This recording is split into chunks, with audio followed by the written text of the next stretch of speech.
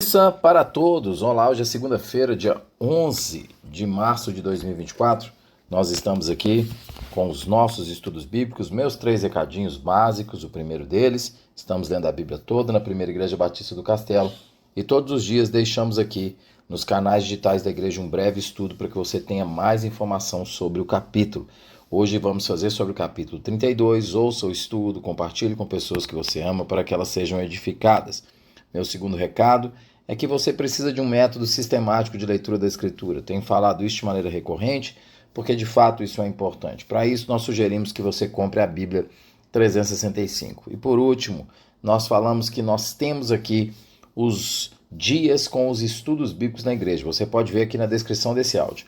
Procure aquele que melhor se encaixa na sua agenda e venha estudar a Bíblia conosco. Justiça para todos. Hoje nós vamos ler Ezequiel 32, de 17 a 32. Diz assim: No 15º dia do mês, do 12º ano, esta palavra do Senhor veio a mim. Filho do homem, lamentes pelas multidões do Egito e faça descer para debaixo da terra com elas, como as filhas das nações poderosas, junto com aqueles que descem a cova.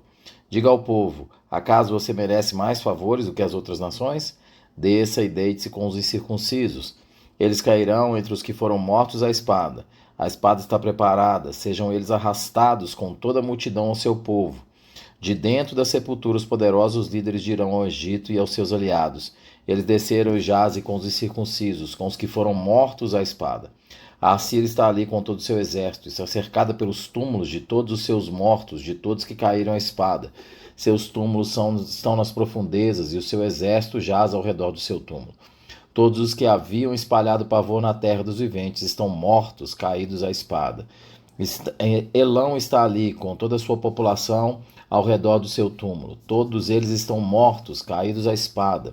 Todos os que haviam espalhado pavor na terra dos viventes desceram incircuncisos para debaixo da terra. Carregam sua vergonha com os que descem a cova. Uma cama está preparada para eles entre os mortos, com todas as suas hordas em torno do seu túmulo. Todos estes incircuncisos foram mortos à espada. O seu terror havia se espalhado na terra dos viventes, e por isso eles carregam sua desonra com aqueles que descem a cova. Jazem entre os mortos. Meseque e Tubal estão ali com toda a sua população ao redor dos seus túmulos. Todos eles são incircuncisos e foram mortos à espada porque espalharam o seu terror na terra dos viventes. Acaso não jazem como outros guerreiros incircuncisos que caíram, que desceram à sepultura com as suas armas de guerra, cujas espadas não foram postas debaixo da cabeça deles?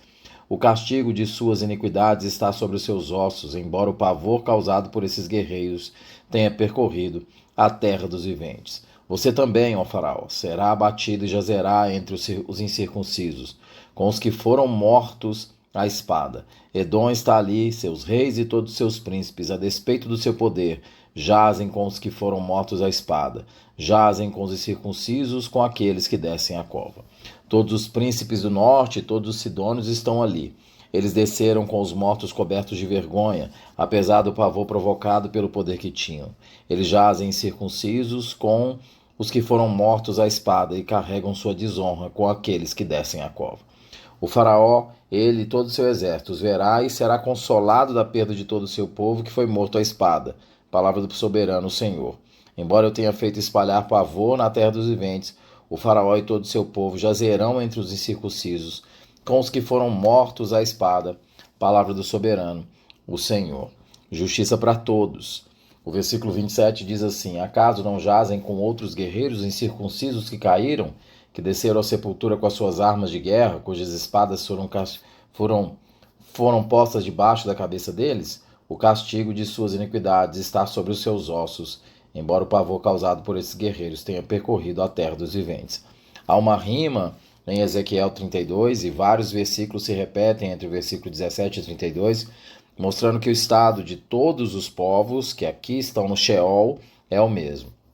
Nós temos aqui o desfecho das profecias contra o Egito. Na linguagem do profeta, o juízo sobre Judá e Jerusalém e sobre as nações ao redor, incluído aqui o Egito, podem parecer severos em demasia.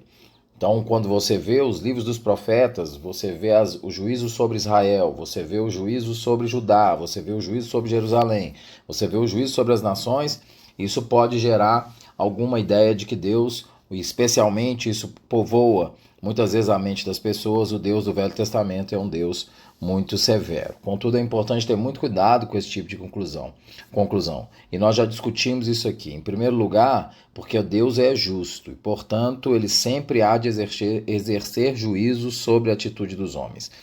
Então, Deus é justo e nós queremos um Deus justo. Portanto, ele sempre há de julgar toda a injustiça. E é isso que ele vai mostrando ao longo do Velho Testamento. E nós vimos que o seu juízo envolve múltiplos aspectos. Envolve aspectos políticos, econômicos, natureza, a terra, o que brota da terra, a vida das pessoas. Nós vimos que Deus julga de maneira completa e age de maneira completa. Por quê? Porque ele é justo. O segundo ponto que eu quero destacar aqui, nós já falamos isso em outros estudos. Tome cuidado quando você olha para Deus dessa forma, porque parece que Deus virou o objeto do seu julgamento. Parece que Deus virou o objeto do meu julgamento. Nós muitas vezes colocamos Deus na cadeira de quem precisa se explicar. E na verdade não é ele que precisa se explicar. Ele é Deus, criador dos céus e da terra, criador do universo, e ele estabelece a sua aliança. Ele estabelece a maneira como ele quer que os seres humanos se comportem. E quando os seres humanos não o fazem, não é ele que tem que ser julgado. Somos nós aqui que somos colocados na cadeira de réus aqui nesse sentido. Por quê? Porque não cumprimos aquilo que o legislador moral do universo promove como aquilo que é necessário. O capítulo aqui especificamente é um capítulo complexo e termina com essa notável descrição de Faraó no além, entre os versículos 16 e 32. E junto com ele há diversas nações, jazendo ali, que sofrem o mesmo tipo de humilhação. Os versículos são uma rima, eles se repetem. Você tem a repetição aqui, por exemplo, eu vou ler no versículo 23, diz assim... vou falar do 22 e 23 da Assíria. A Assíria está ali com todo o seu exército, está cercada pelo túmulo de todos os seus mortos, de todos que caíram à espada. Seus túmulos estão nas profundezas e seu exército jaz ao redor de seu túmulo. Todos os que haviam espalhado pavor na terra dos viventes estão mortos, caídos à espada. Esse trecho, todos os que haviam espalhado pavor na terra dos viventes estão mortos, caídos à espada. Há essa repetição constante. E é bem verdade que não é esse capítulo da Bíblia que se deve abrir quando nós tentamos entender o que acontece com vida após a morte. Ele trata o Sheol e ele era visto no Oriente Antigo como um lugar de finados, uma vasta câmara de sepulcros, e é isso que nós vimos aqui, onde as covas estão todas ligadas. E a Bíblia relata o Sheol de formas diversas. Em alguns versículos a gente tem a ideia de um lugar de silêncio e trevas. Você pode ver isso lá em Jó, no capítulo 10, os versículos 20 e 21. Você pode ver isso no Salmo 115, no versículo 17. E para outros é um lugar que há conversas limitadas. Você pode ver isso, por exemplo, lá em Isaías 14, 10.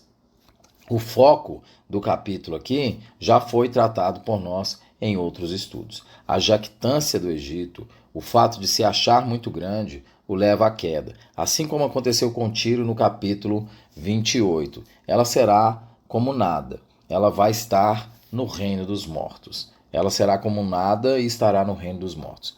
Eu falei disso ontem, que a nossa vida é como um vapor. Ela é um sopro. Várias ações que se julgam poderosas terão o mesmo destino.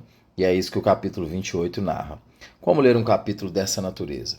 Eu gostaria de colocar aqui 3 pontos que são importantes para nós observarmos, para nós termos em mente. O primeiro deles, o relato aqui é para os exilados. Ezequiel está profetizando para os exilados e mostra que todos vão ser julgados. Para os israelitas, ver todas as nações poderosas enquanto eles estão no exílio soa estranho. Afinal de contas, eles não são o povo escolhido, eles não são o povo de Deus, então como é que outras nações ainda estão de pé e eles caíram? Deus não vai fortalecer aqui uma noção de que eles serão jogados como uma espécie de compensação a Israel. Não é isso que os profetas estão fazendo, não é isso que Isaías faz, não é isso que Jeremias faz, não é isso que Ezequiel faz e não é isso que outros profetas fazem. Há um certo coração reclamante naqueles que são exilados, e a gente vê isso no livro de Isaías, e a gente também vê isso no livro de Ezequiel, quando eles perguntam quando o exílio vai acabar, quando esse castigo vai acabar, e capítulos que mostram o juízo de Deus sobre as nações ao redor, não são um certo consolo para Israel, no sentido de que há uma compensação, como se Deus estivesse dizendo assim, olha, vocês foram julgados, mas também as nações ao seu redor serão julgadas. Não é isso que Deus está tratando. A ideia é de que qualquer nação, qualquer uma, Israel ou qualquer outra, vão dar conta dos seus atos diante de Deus. A ideia nos profetas é que Israel pecou e foi julgada, Jerusalém pecou, Judá pecou e foi julgada, assim como todas as nações ao redor também o serão. A linguagem de juízo nos profetas não é contraditória a uma linguagem do Novo Testamento e a vinda de Cristo, porque também quando lemos isso, algumas pessoas falam, olha, no Novo Testamento Deus é mais tranquilo, porque a gente não tem essa linguagem de condenação. Isso não é verdade. Jesus não traz somente salvação, mas ele também traz condenação para todo aquele que não crê. Aqueles que não creem nele, que não se entreguem a ele, serão condenados. Você vai ver isso lá no Novo Testamento. Para os israelitas, é importante ficar a compreensão de que idolatria e altivez gera punição, seja para as nações ao redor, seja dentro da própria nação de Israel, que se misturou, se miscuiu com práticas dos povos ao redor. Muitos dos israelitas, é bem verdade, não foram capazes de ver isso, acreditando que todos ao redor eram simplesmente incircuncisos. É como se Deus devesse priorizar a nação israelita. Então, a ideia é Deus deve priorizar Israel e, portanto, ele deve julgar quem está ao redor. E nós vemos no livro dos profetas que não é assim que acontece. Deus honra a sua aliança, ele não honra um local geográfico. Deus fez uma aliança com um povo, ele não fez uma aliança com um local geográfico nem com fronteiras geográficas. É bom isso estar claro na nossa mente, quando nós lemos as Escrituras. Então, o juízo sobre o Egito, que aqui se encerra no capítulo 32, as profecias em relação a isso, são somente a mostra de que Deus há de julgar com justiça. Bom, além disso, enxergar, quando nós vemos a descrição de que todos estão no Sheol, todos estão no túmulo, todos estão lá nas profundezas, nós vemos que uma noção clara de domínio e controle de Deus. Ele vai cobrar reis, ele vai cobrar príncipes pelas suas atitudes. Eu não vou detalhar isso aqui, mas nós vimos isso nos estudos anteriores. Deus faz menção aos reis do Egito, aos príncipes do Egito. Deus faz menção à grandeza do Egito. Deus faz menção de maneira especial à liderança que está no Egito. Estar em liderança na vida de outras pessoas envolve responsabilidade e essa responsabilidade será cobrada. Deus controla sobre todos os aspectos. Nós não estamos falando apenas no seio da igreja. Nós vimos aqui nas diversas profecias contra o Egito e também contra Tiro que o profeta Ezequiel fazem que Deus julga aqueles governantes que governam com mão errada, que governam com uma mão iníqua. Ele vai vir e ele vai trazer o juízo dele. E por último, essas nações não receberam diretamente a aliança de Deus. Isso deveria ser um atenuante do castigo? Não, não deveria ser um atenuante do castigo. E por que não? Porque Deus se revela a todos. Nós já vimos aqui, em outro estudo, que a Confissão Belga fala que Deus escreveu 2 livros. E o primeiro deles está na natureza. O apóstolo Paulo vai repetir isso lá em Romanos 1, 20, que nós somos indesculpáveis, porque Deus se revela todo dia a nós e se revela por meio da natureza que ele produz. É só olhar para a sua janela, é só olhar para os céus e você vai ver a revelação da própria mão de Deus. E aí diversas pessoas simplesmente não creem nisso. Então elas simplesmente voltam as costas à revelação de Deus. O capítulo 32 encerra as profecias contra o Egito, mas mostra com clareza que o juízo é para todos. A obra dos profetas é sempre uma informação de castigo e redenção, juízo e redenção. Essa também é a mensagem do Novo Testamento. A redenção que vem em Cristo vai separar aqueles que entregam a vida a Ele e aqueles que não o fazem. Deus te abençoe.